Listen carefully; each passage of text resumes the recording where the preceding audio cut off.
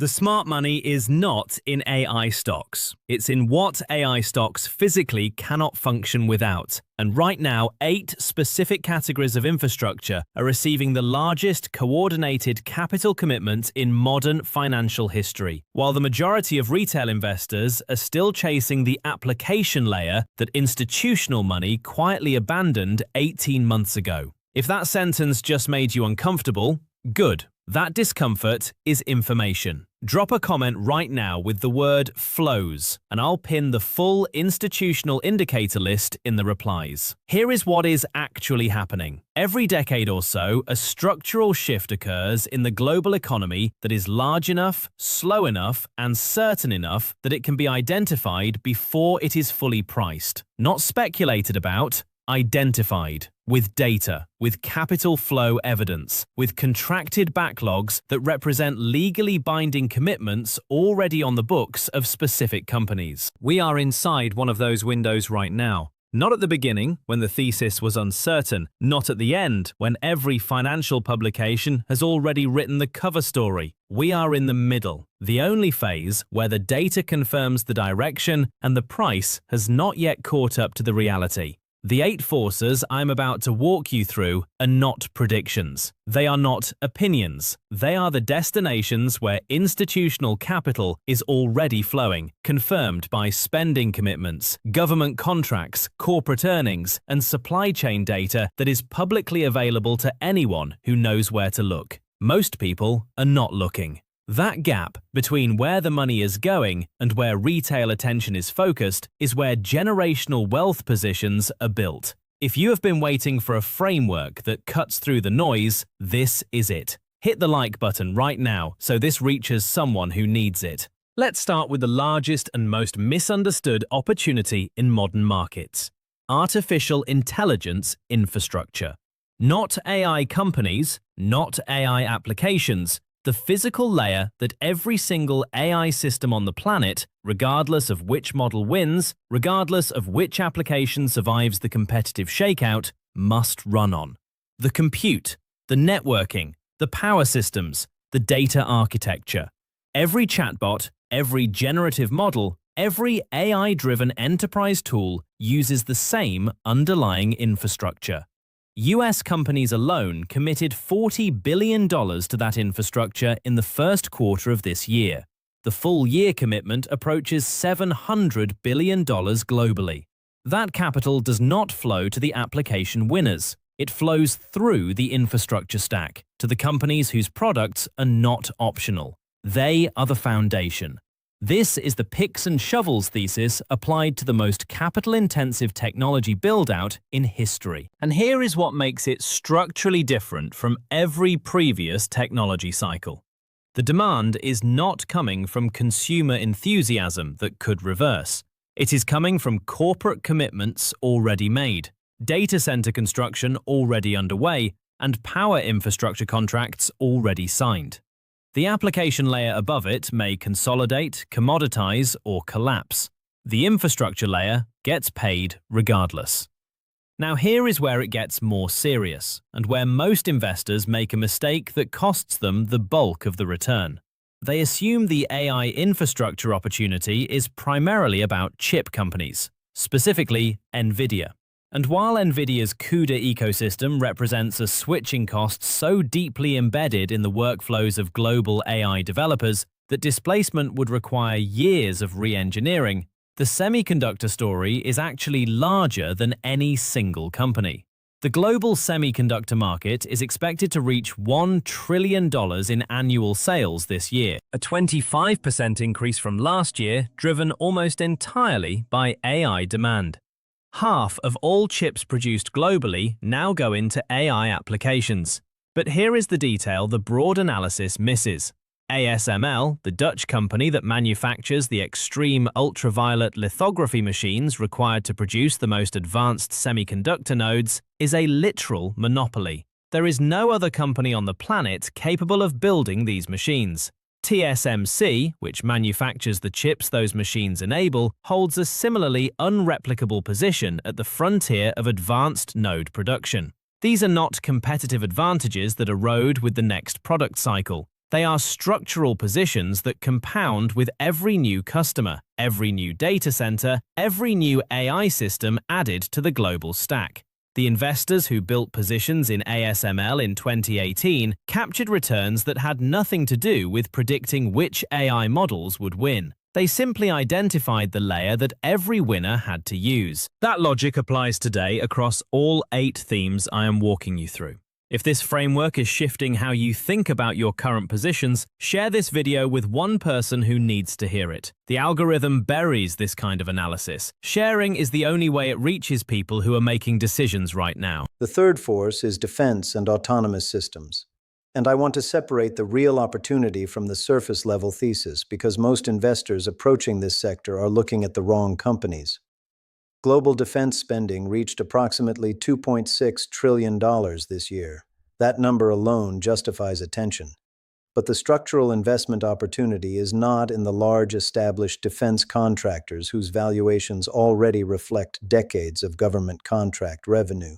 It is in the specific technology layer that is actively reshaping how warfare is conducted.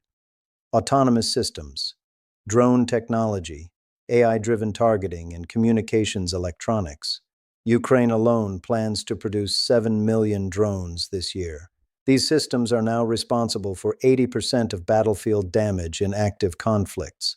This is not a concept being tested in research labs.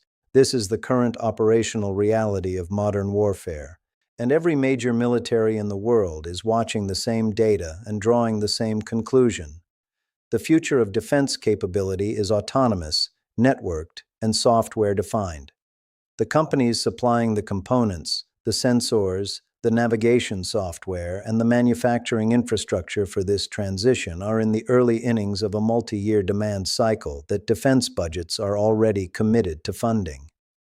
The fourth force is cybersecurity. And this is the one most investors consistently underestimate, precisely because it does not generate excitement. There is no viral moment in firewall upgrades, but the logic is airtight.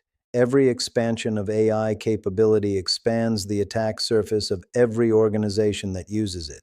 Every new autonomous system, every new connected device, every new cloud deployment creates new vectors for breach.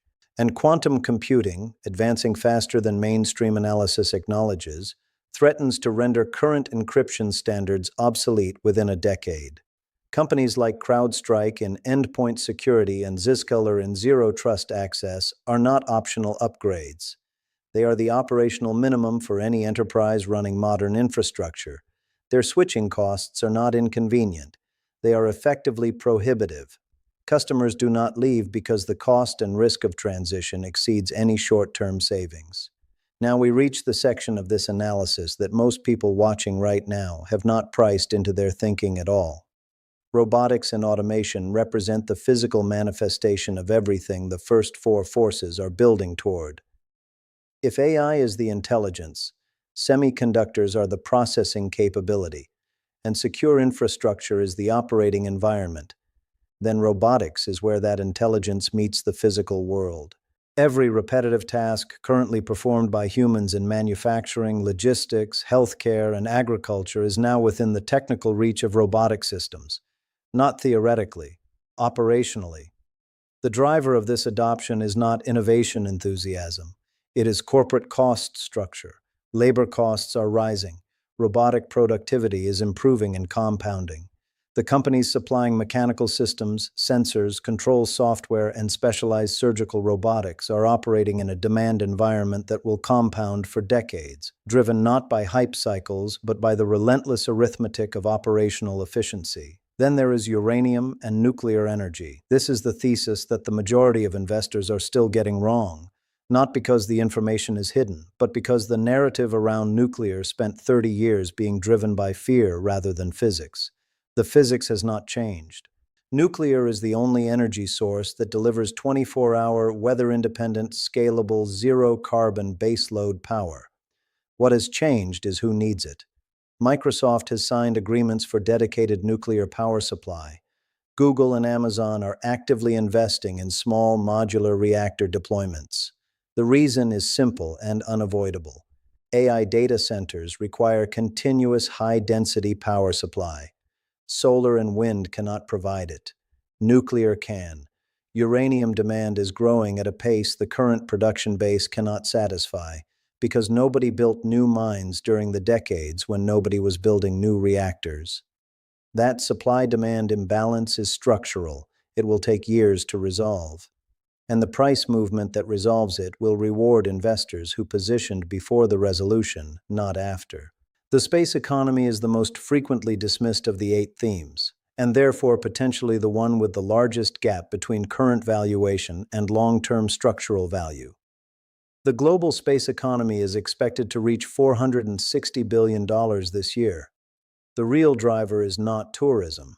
It is infrastructure, satellite communications, GPS positioning, Earth observation, and the global internet connectivity that is now being delivered to every location on the planet regardless of terrestrial infrastructure. Every government needs satellite reconnaissance capabilities independent of ground-based vulnerabilities. Every logistics operation, every agricultural system, every emergency response network depends on the positioning and connectivity that satellite infrastructure provides.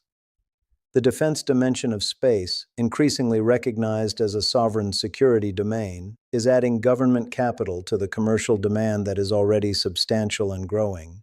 And the 8th force is the one that carries the most immediate contracted revenue visibility of any theme in this analysis: U.S. industrial reshoring and infrastructure. The United States government has committed over $1 trillion to rebuilding the electrical grid, modernizing transportation infrastructure, and incentivizing the return of manufacturing capacity offshored over the past 3 decades. Tariffs are making domestic production more competitive. Tax incentives are making new domestic manufacturing investment financially attractive. But here is the number that matters most. Quanta Services, the largest grid infrastructure contractor in North America, is currently carrying a $44 billion contracted backlog. 3 years of revenue already on the books. The counterparties funding that backlog are utility companies and government agencies operating under legally binding commitments. This is not anticipated demand. It is contracted capital flowing through a specific set of companies with the technical capability to execute the work. The revenue is not contingent on economic conditions. It is already committed. Here is the single most important analytical distinction in this entire framework, and it is the one that separates investors who capture structural multi-year moves from investors who identify the right thesis and still miss the return. The opportunity is never in picking the application winner. It is in identifying the infrastructure layer that every participant in the theme must use. In AI, that is compute, networking, power, and data infrastructure. In defense, it is autonomous systems technology and the electronic components that every modern weapons platform requires. In the space economy, it is the satellite manufacturing and launch infrastructure that every application depends on. In U.S. industrial reshoring, it is the grid construction and engineering firms executing the physical work that every policy initiative requires someone to complete. The application winners are unknown. They will not be known for years. But the infrastructure providers are identifiable now, because the demand for their specific products is structural, not contingent on which application wins the competitive battle above them. This is how investors who bought ASML in 2018, Arista Networks in 2020, Quanta Services in 2022, and similar infrastructure layer positions in 2024 built returns that were not available to investors focused on the applications running on top. The 8 forces described here are not separate trends. They are expressions of a single underlying reality. A global economy being fundamentally restructured by the convergence of artificial intelligence, energy transition, geopolitical realignment, and industrial policy, requiring a specific set of physical infrastructure, technical capability, and capital allocation to execute that restructuring. The companies at the intersection of those requirements are the structural winners of the next decade, not because anyone is predicting it, because the capital is already flowing. The contracts are already signed. The backlogs are already on the books. The biggest investment opportunity of the next decade is not a single stock.